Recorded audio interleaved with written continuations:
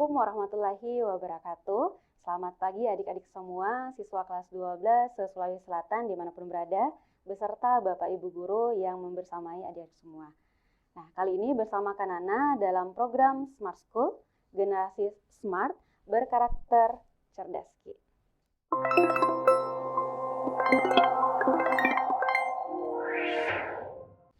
Jadi adik-adik, hari ini kita akan melanjutkan pembahasan soal-soal kita terkait dengan matematika wajib pada persiapan tes kemampuan akademik. Nah, jadi kemarin sudah dijelaskan oleh Kak Sri Mulyani sampai di nomor 15. Jadi untuk hari ini kita akan melanjutkan dari nomor 16 sampai beberapa nomor yang akan dijelaskan ya. Oke, jadi pastikan adik-adik sudah menyiapkan alat tulisnya.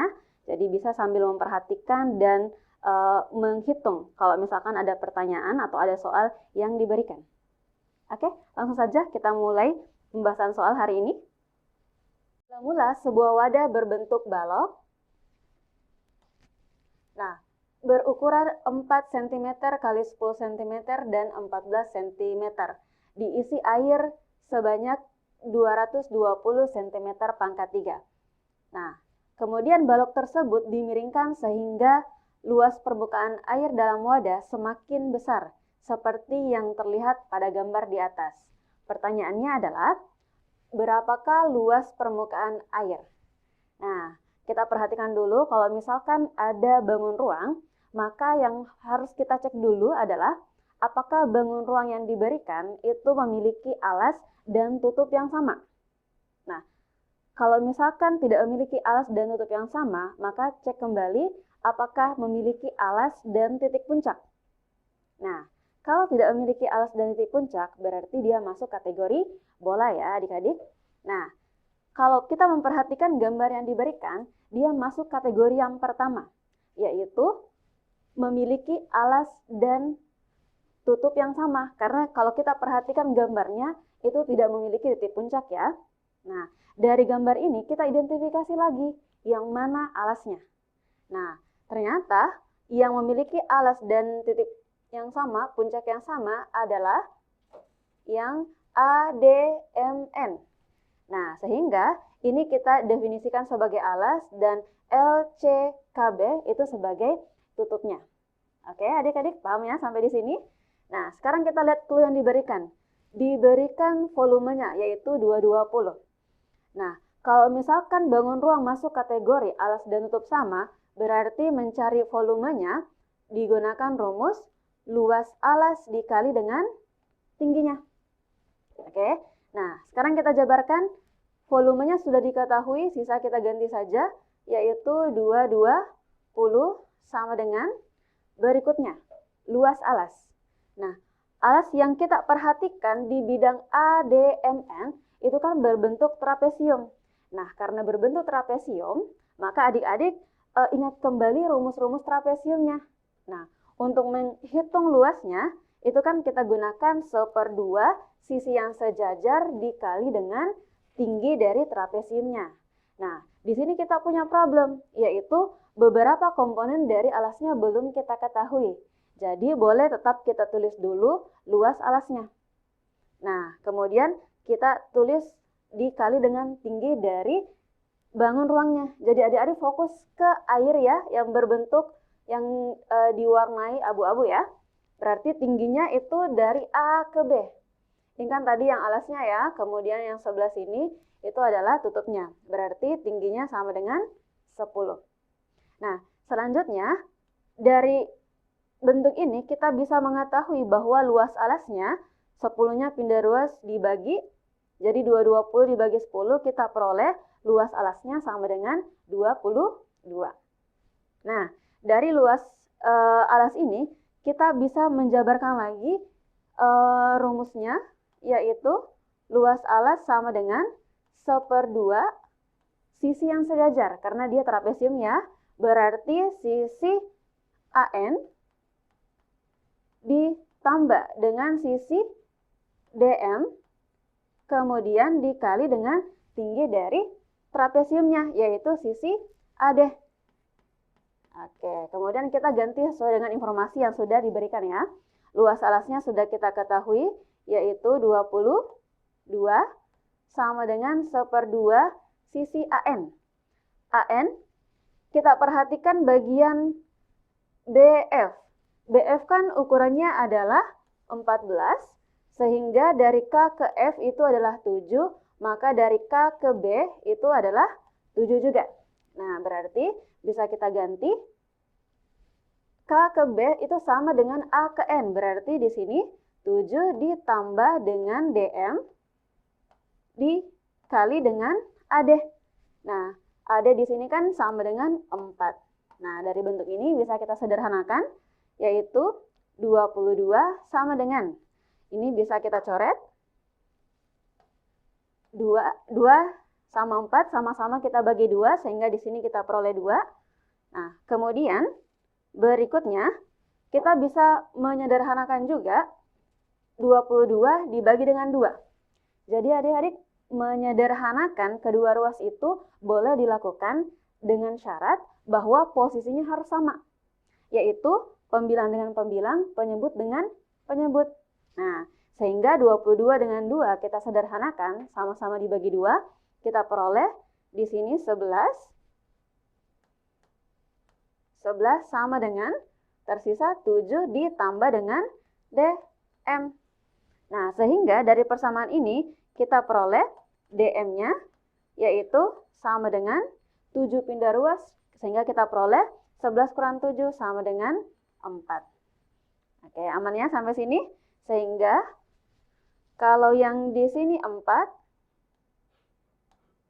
oke, di sini 4, berarti dari sini 7, maka kalau kita tarik garis yang tegak lurus ke garis AN, maka sisi ini juga 4. Maka karena ini 7, maka di sini 3. Nah, boleh kita gambar kembali segitiganya. Berarti ini tadi kita peroleh 3, di sini 4. Nah, sehingga bisa kita peroleh sisi MN-nya.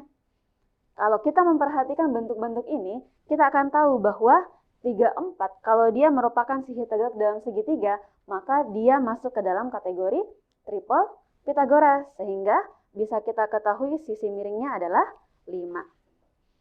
Oke, nah berarti sudah kita peroleh di sini 5. Sehingga untuk mencari luas permukaan air, di mana luas permukaan air itu yang dimaksud adalah sisi LMNK. Oke, jadi bukan luas yang sebelah sini ya, hanya bagian ini saja yang dimaksud sebagai luas permukaan air. Nah, sehingga kalau kita gambar bidangnya,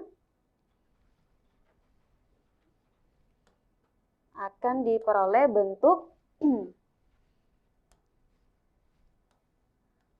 ya seperti persegi panjang, di mana sisi ini L, kemudian K, kemudian N dan M.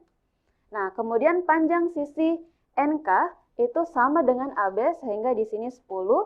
Kemudian MN tadi sudah kita peroleh yaitu 5. Sehingga dari soal ini kita bisa mengetahui luas permukaan air adalah panjang kali lebar, berarti 10 dikali dengan 5 sama dengan 50. Oke. Nah, ada pertanyaan sampai di sini? Oke, kalau tidak ada pertanyaan, kita lanjut ke nomor berikutnya.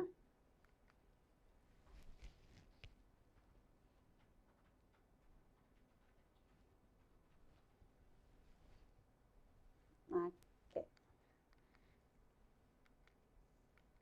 Nah, soal selanjutnya, diketahui segitiga ABC siku-siku di C, maka bisa kita gambar segitiganya langsung.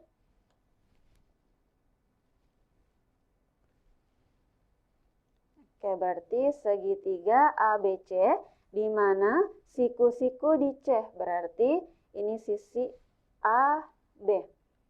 Nah, kemudian jika diketahui tan A sama dengan 1/2, berarti tan A sama dengan 1/2.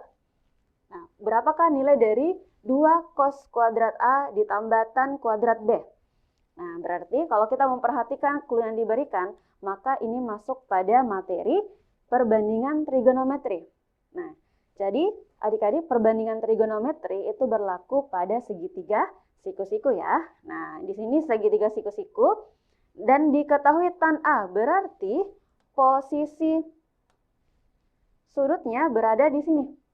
Maka yang sisi BC disebut sebagai sisi depan, AC sisi samping, dan AB itu disebut sebagai sisi miring jika kita menganggap alfanya berada di titik A. Nah, berarti tan A rumusnya adalah depan per samping. Maka dari informasi ini kita bisa mengetahui bahwa panjang sisi depannya itu adalah 1, kemudian sisi sampingnya adalah 2. Nah, kemudian di sini kita belum mengetahui berapa nilai dari AB, sehingga kita bisa menggunakan teorema Pythagoras untuk mencari sisi AB. Sehingga kita peroleh sisi miringnya sama dengan 2 kuadrat ditambah dengan 1 kuadrat, sehingga diperoleh akar 5. Nah, selanjutnya kita ke soal, yaitu berapakah nilai dari 2 cos kuadrat A ditambah dengan tan kuadrat B. Nah, berarti ingat adik-adik, rumus dari cos yaitu sami, samping per miring. Berarti posisi sudutnya di bagian A berarti samping per miring. Berarti di sini 2 per akar 5. Karena di sini cos kuadrat A berarti ini juga dikuadratkan. Nah, kemudian ditambah dengan tan kuadrat B. Berarti kita ganti posisi sudutnya. Berarti di sini posisi sudut B. Taruhlah sudut beta. Nah, tan B berarti rumus tan adalah depan per samping. Maka ketika alfanya di titik B, maka ini disebut sebagai sisi depan dan yang ini disebut sebagai sisi samping. Oke, berarti tan B berarti depan per samping. Maka bisa kita tulis di sini. Oke, berarti 2 per 1 pangkat 2.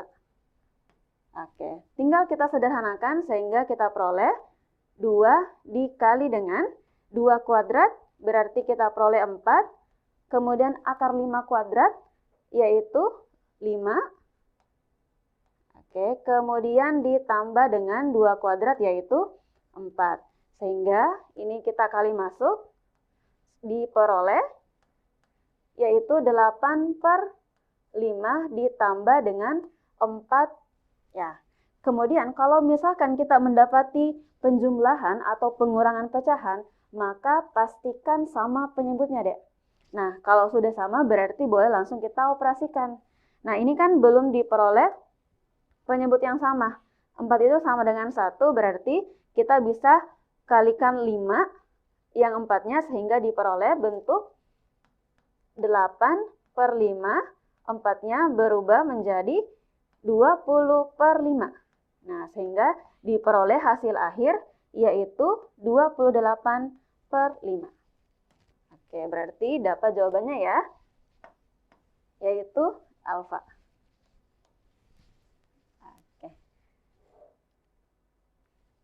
Oke, next untuk soal berikutnya. Kita lanjut pada soal nomor 18.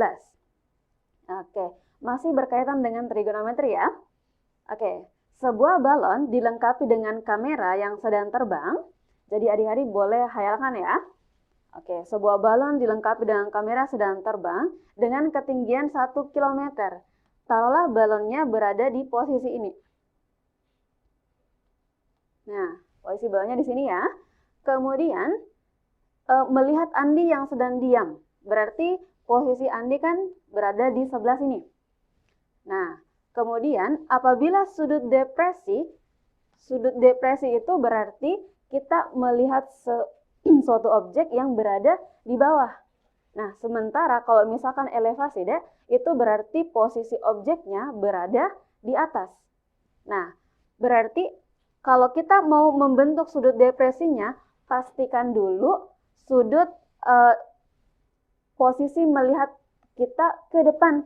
Nah, kalau kita melihat ke depan kan posisinya seperti ini. Ya. Nah, kemudian kalau melihat ke objek, posisinya kan akan ke Andi. Nah, sehingga jarak atau sudut antara arah pandang lurus kita dengan arah pandang ke objek itu dikatakan sebagai sudut depresi. Jadi hati-hati ya, jangan sampai sudut depresinya berada di bagian sini ya. Oke, sehingga diketahui juga bahwa ketinggian terbang balon tersebut adalah 1 km. Berarti 1 kilometernya bisa kita tulis di sini.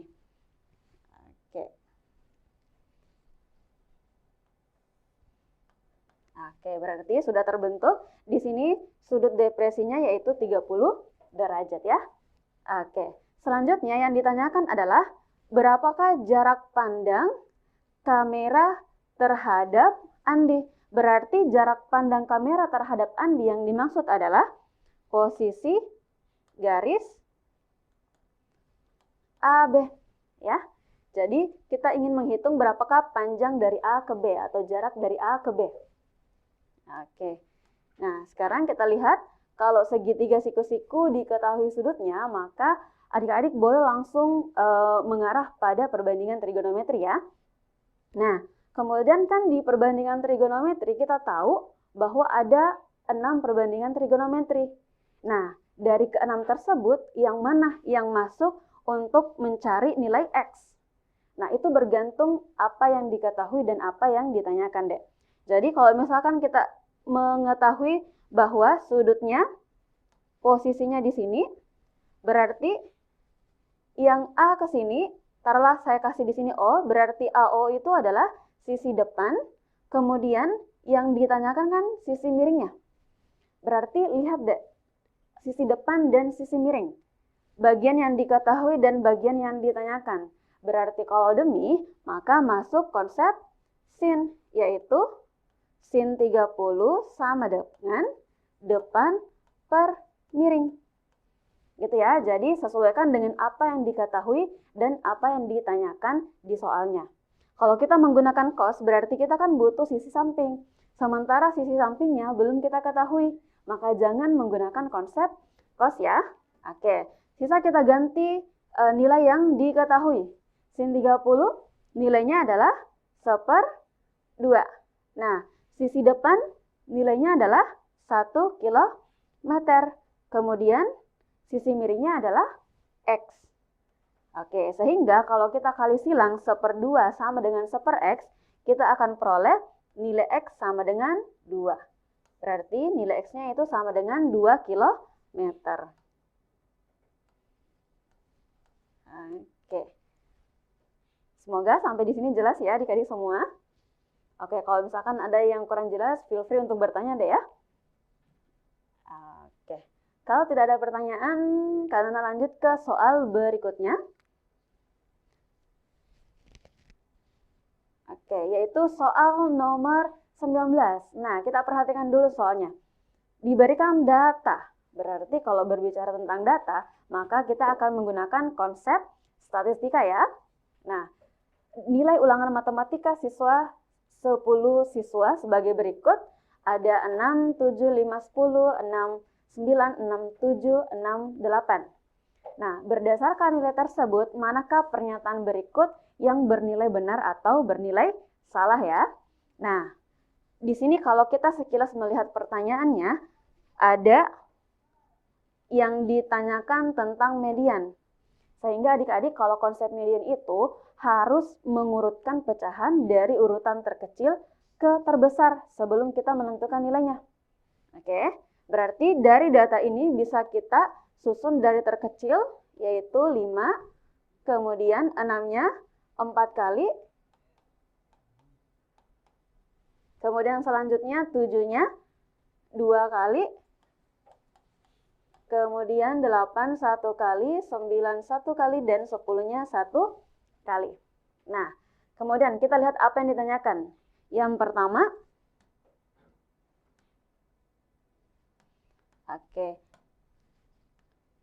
yaitu meannya atau kita simbolkan sebagai X bar ya. Nah, konsep dari mean yaitu jumlah data dibagi dengan banyak data. Sehingga kalau jumlah data yang ingin kita hitung, tinggal kita menjumlahkan dari 5 sampai 10.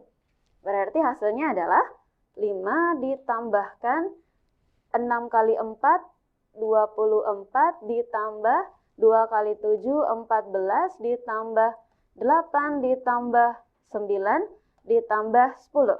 Nah, banyak datanya tadi sudah diberitahukan bahwa ada 10 siswa.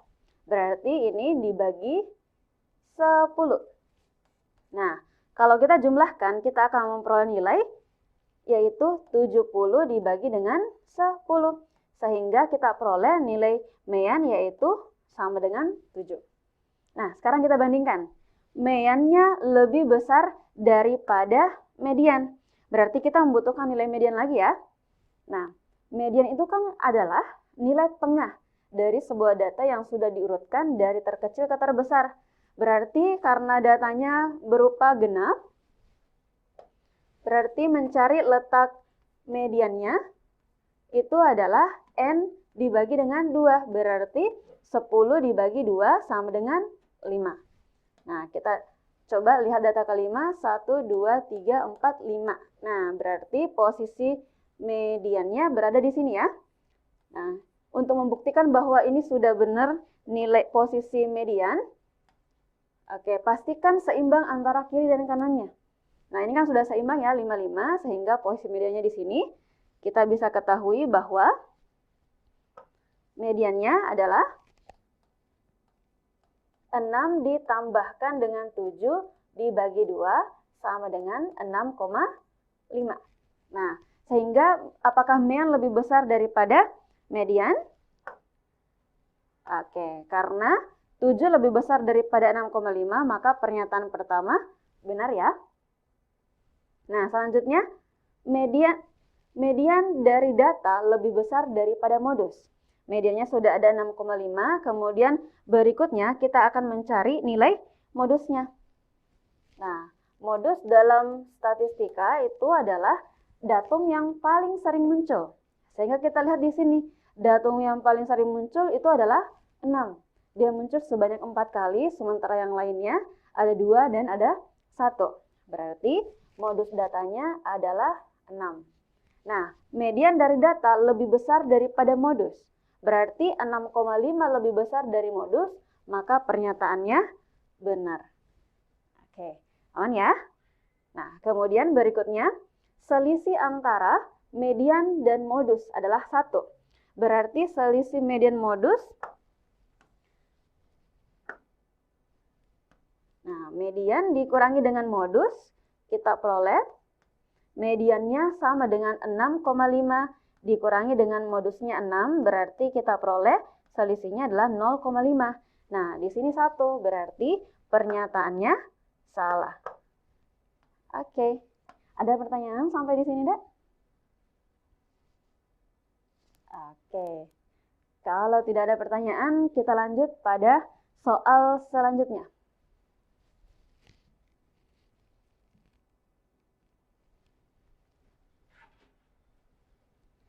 Oke, nah kita lihat, ini materi temannya statistika ya, yaitu peluang. Oke, suatu kelas terdiri dari 12 siswa laki-laki dan 18 siswa perempuan. Jadi boleh kita buatkan tabel laki-laki dan perempuan. Nah, ada 12 siswa laki-laki dan 18 siswa perempuan. Nah, separuh dari siswa laki-laki, perhatikan redaksi katanya, Dek. Separuh itu sama maknanya dengan 1/2. Oke, separuh dari siswa laki-laki berarti 1/2 dari 12 siswa. Maka kita peroleh laki-lakinya ada 26 yang menyukai matematika. Oke, kemudian berikutnya 1/3 dari siswa perempuan juga menyukai matematika. Nah, perempuannya kan ada 18, berarti 1/3 dari 18 itu sama dengan 6 yang juga menyukai matematika. Nah, berarti dari informasi ini, karena 6 laki-laki yang menyukai matematika, berarti ada 6 orang juga yang tidak menyukai matematika. Nah, perempuan ada 6 yang menyukai matematika, berarti ada 12 orang yang tidak menyukai matematika. Nah, pertanyaannya adalah berapakah peluang terpilih perempuan atau yang menyukai matematika? Nah, di teori peluang kan kita kenal ada teori peluang tunggal dan ada juga peluang kejadian majemuk. Nah, sederhananya gini deh, kalau misalkan kejadiannya sederhana, berarti itu adalah kejadian tunggal, sementara jika kejadiannya kompleks atau lebih dari satu kejadian, maka itu masuk kategori kejadian majemuk. Nah, dari sini kita lihat kan ada kejadiannya terpilihnya perempuan dan yang menyukai matematika. Oke, berarti bisa kita tulis, anggaplah A itu adalah terpilihnya perempuan dan B itu adalah yang menyukai matematika. Oke, suka math. Nah, kemudian di peluang majemuk, kalau misalkan dia pakai bahasa pengantar atau, maka ini menandakan, nanti peluang antara kejadian A dengan B itu ditambah. Nah, kemudian sebelum kita tambah, kita lihat dulu, ada enggak irisan antara kejadian A dengan kejadian B? Nah, kita lihat dulu di sini. Kalau perempuan kan yang ini ya. Kemudian untuk B itu yang suka matematika. Semua yang suka matematika kan adalah yang ini. Nah, dari tabel itu kita bisa melihat bahwa oh ternyata ada irisan antara dua kejadian tersebut. Nah, karena dia ada irisannya, Dek, berarti masuk kategori peluang kejadian tidak saling lepas. Maka, untuk mencari berapakah peluang terpilihnya perempuan atau yang menyukai matematika itu sama dengan peluang A ditambahkan dengan peluang B, kemudian dikurangi dengan irisannya, yaitu peluang A iris B. Nah, sisa kita jabarkan nilainya. Peluang A yang perempuan ada 18, semestanya yaitu hasil penjumlahan dari berapa siswa laki-laki dan perempuan. Sehingga dari sini kita peroleh bahwa semestanya adalah 30 orang. Berarti peluang A yaitu 18/30. Nah, selanjutnya kita jumlah dengan peluang B. B itu yang suka matematika, berarti yang suka matematika ada 12 orang. Berarti 12 dari 30 orang. Nah, kemudian dikurangi dengan irisannya. Irisannya tadi ada 6 orang dari 30 orang. Nah, sisa kita sederhanakan. Di sini penyebutnya sudah sama semua, berarti tinggal kita operasikan pembilangnya. Sehingga kita peroleh 18 ditambah dengan 12 yaitu 30 dikurangi 6, kita peroleh 24 dibagi dengan 30. Nah, karena bentuk pecahannya masih bisa disederhanakan, sehingga kalau kita sederhanakan ini sama-sama dibagi dengan 6. Kalau dibagi 6 diperoleh 4, kemudian 30 dibagi 6 diperoleh 5. Sehingga peluang terpilihnya perempuan atau yang menyukai matematika adalah 4/5. Sehingga opsinya adalah delta. Oke. Semoga dipahami ya adik-adik semua. Oke. Kita lanjut untuk soal berikutnya.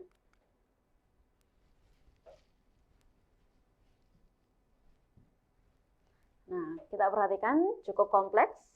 Bentuk aljabar, ada variabel-variabelnya.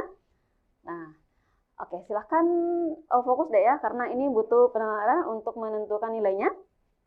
Nah, jika diketahui akar dari 4x ditambah akar 4x tambah akar 4x dan seterusnya, yaitu senilai dengan 16, maka berapakah nilai x?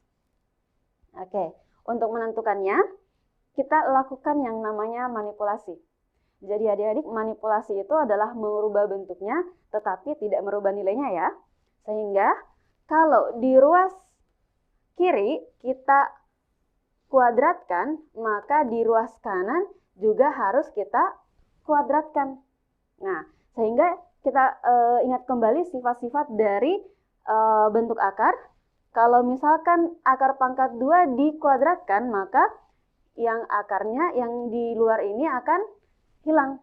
Sehingga kita peroleh bentuknya yaitu 4x ditambah dengan akar 4x ditambah dengan akar 4x ditambah dengan akar 4x dan seterusnya.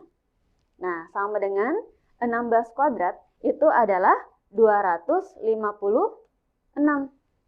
Nah, perhatikan dari pemisalan yang diberikan sebelumnya.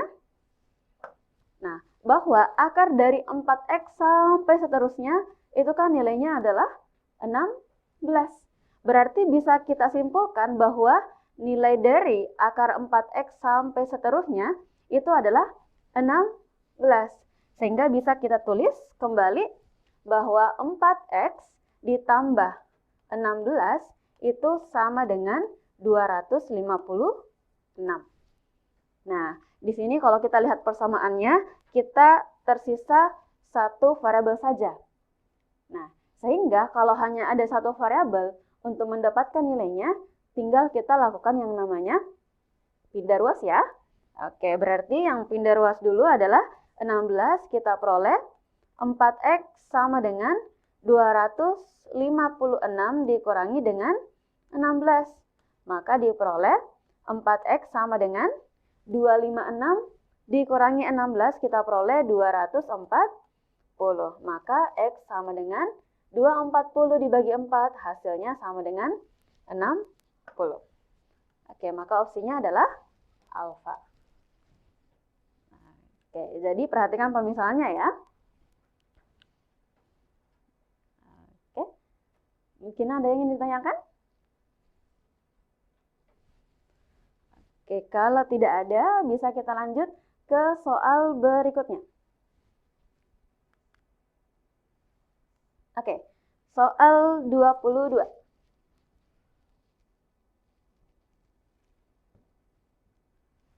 Oke, diketahui A yaitu 4 pangkat 1/2, kemudian B 8 berpangkat 1/6, kemudian C 16 berpangkat 1/8. Jadi kita memiliki tiga nilai, yaitu A, B, C. Nah, untuk mengetahui mana pernyataan di sini yang bernilai benar atau salah, maka baiknya kita menyederhanakan bentuk dari A, B, dan C. Nah, kalau misalkan dia bentuknya eksponen, maka usahakan dia menggunakan basis yang paling sederhana. Oke, sekarang kita perhatikan. Basisnya di sini kan adalah 4, kalau di sini 8 dan ada 16.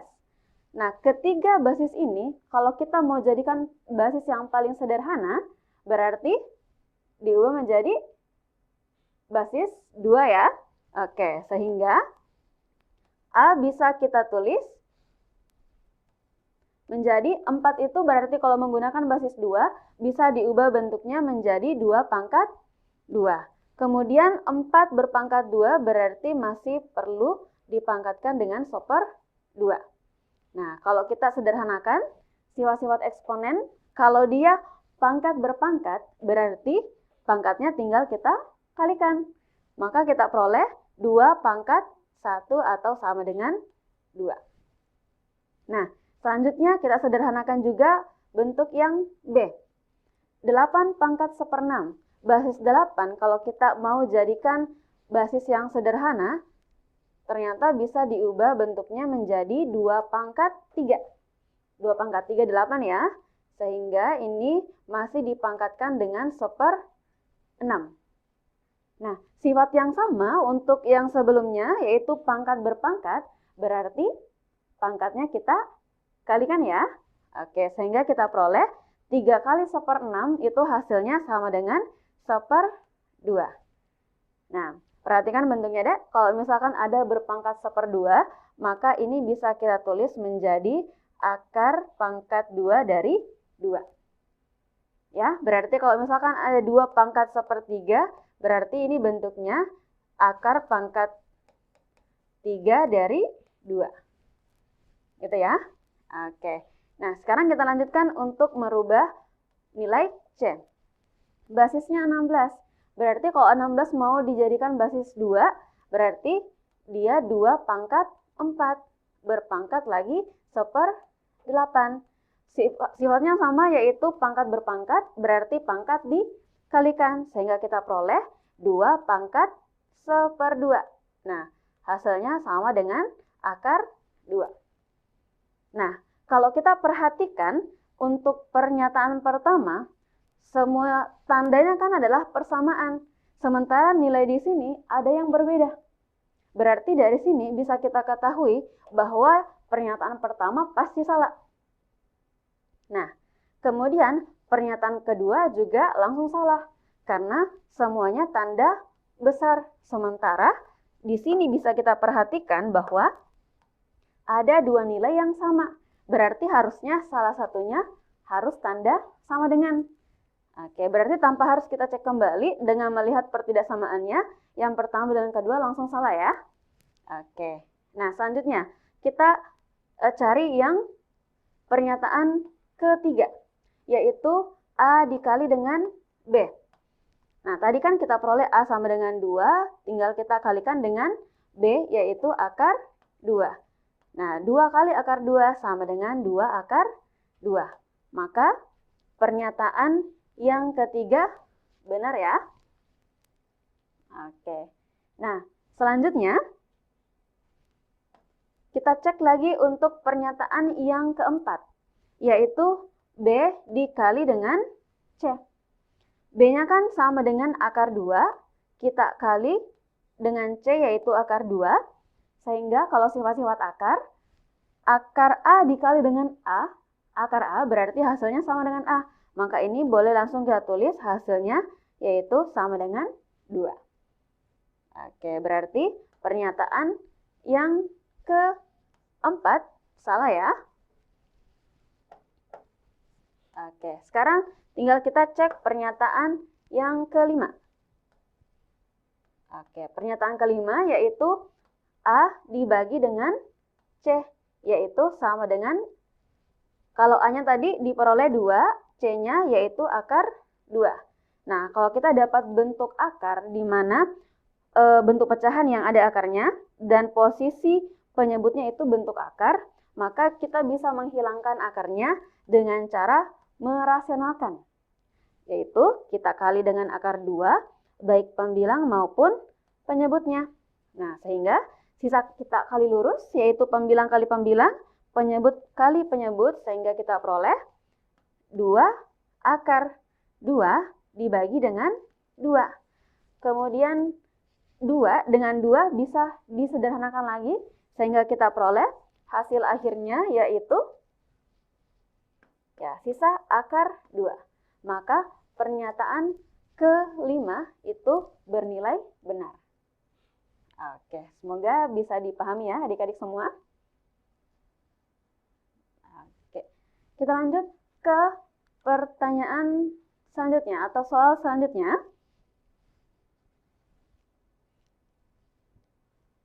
Nah, diberikan suatu fungsi f(x) sama dengan 8x dikurangi dengan 5 dibagi dengan akar 2x ditambah 6. Pertanyaannya adalah,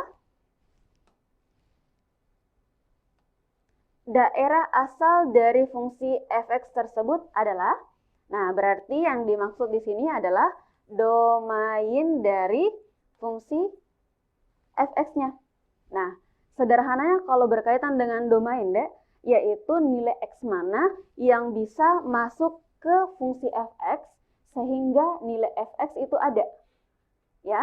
Nah, sekarang kita lihat fungsi f(x)-nya. Nah, fungsi f(x) di sini sekilas itu bentuknya adalah bentuk rasional atau bentuk pecahan.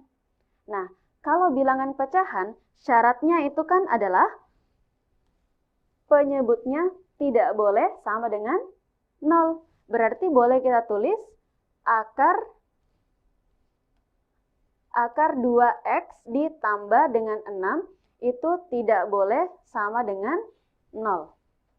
Paham sampai sini, Dak? Nah, kemudian berikutnya, kalau misalkan kita mendapati bilangan yang dalam bentuk akar, dia akan memiliki syarat tambahan, yaitu yang di bawah akar harus lebih besar atau sama dengan 0. Berarti boleh kita tulis 2x ditambah 6 harus lebih besar atau sama dengan 0. Gitu ya. Nah, sehingga kalau kita perhatikan syarat yang pertama, yang penyebut ini kan tidak boleh sama dengan 0, maka dari pernyataan ini akan menggugurkan nilai sama dengan di sini. Oke, sehingga yang kita cari tinggal berapakah x yang memenuhi. 2x ditambah 6 lebih besar dari 0. Nah, ini kan adalah bentuk pertidaksamaan, sehingga untuk mencari nilai x yang memenuhi, berarti tinggal kita lakukan pindah ruas. Nah, berarti 6-nya pindah ruas dulu, kita peroleh 2x lebih besar dari negatif 6. Nah, kemudian 2x kan hubungannya adalah perkalian, berarti kalau 2-nya pindah jadi pembagian, sehingga kita peroleh x lebih besar dari negatif 6 dibagi dengan 2, sehingga kita peroleh x lebih besar, kalau kita sederhanakan, negatif 3. Oke, maka yang menjadi domain untuk fungsi fx adalah opsi A, yaitu x lebih besar dari negatif 3, di mana x-nya bilangan real. Gitu ya. Oke. Jadi sederhananya, Dek, kalau misalkan mau mencari domain dari fungsinya, perhatikan dulu bentuk fungsi yang diberikan. Karena bentuknya pecahan, berarti syarat bilangan pecahan itu kan penyebutnya tidak boleh sama dengan 0. Seperti itu. Oke, kita lanjut ke soal berikutnya. Oke, soal nomor 24. Oke, sekilas ini cukup terlihat ya, ini masuk materi apa. Ada daerah penyelesaian, berarti masuk ke sistem pertidaksamaan linear 2 variabel. Nah, kita lihat sistem pertidaksamaan yang merupakan himpunan penyelesaian daerah yang diarsir adalah yang mana? Jadi kita diminta untuk menganalisis mana himpunan pertidaksamaan yang menggambarkan bahwa daerah yang diarsir merupakan penyelesaiannya. Nah, sekarang kita lihat gambarnya dulu. Kita di sini memiliki garis pertama. Oke, ini garis pertama, kemudian ada garis kedua, garis ketiga, dan terakhir garis keempat. Nah, sekarang kita buatkan masing-masing persamaannya.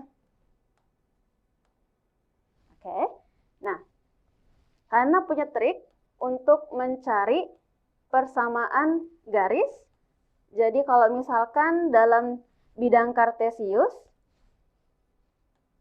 oke, kita mengetahui bahwa persamaan garisnya berpotongan di sumbu X dan berpotongan di sumbu Y.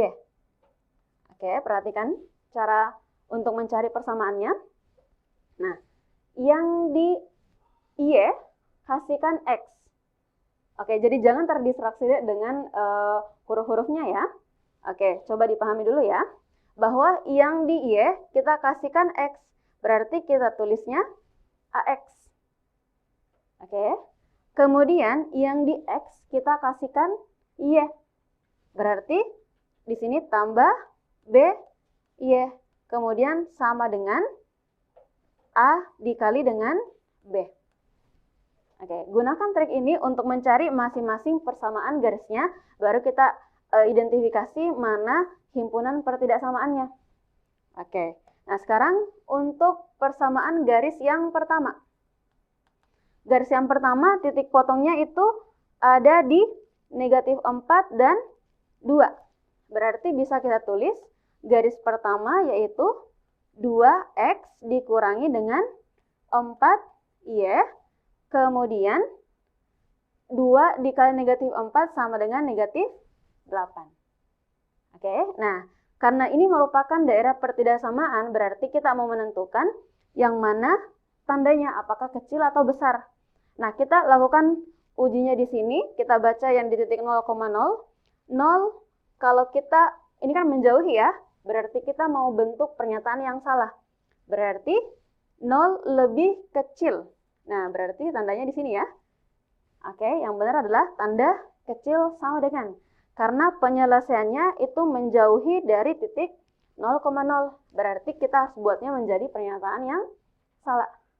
Oke, berarti 2X dikurang 4Y lebih kecil dari negatif 8. Kak, lanjut Kak dulu. Oke.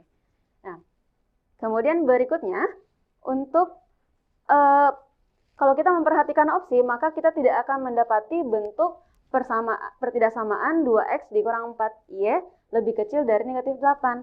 Maka ini kita bagi dengan negatif 2. Maka akan kita peroleh persamaan yaitu negatif X ditambah 2Y. Kemudian kalau pertidaksamaan dikali dengan negatif, maka pertidaksamaannya akan berubah menjadi besar sama dengan 8.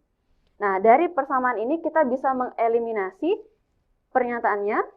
Kita lihat di sini tanda besar berarti masuk, kita eliminasi yang tanda kecil. Berarti ini tidak masuk, dan tidak masuk. Jadi kita tinggal memperhatikan pilihan yang alfa dan delta. Oke. Nah, selanjutnya kita tulis lagi untuk persamaan garis yang kedua. Titik potongnya ada di 12 dan ada di 6. Oke, berarti pertidaksamaannya yaitu 6X ditambah dengan 12Y, kemudian 6 kali 12. Nah, ini kalau kita sederhanakan berarti X ditambah 2Y, kemudian 12. Nah, kita perhatikan daerah yang diarsir, berarti dia yang diarsir di atas garis, berarti tanda pertidaksamaannya yaitu besar dari.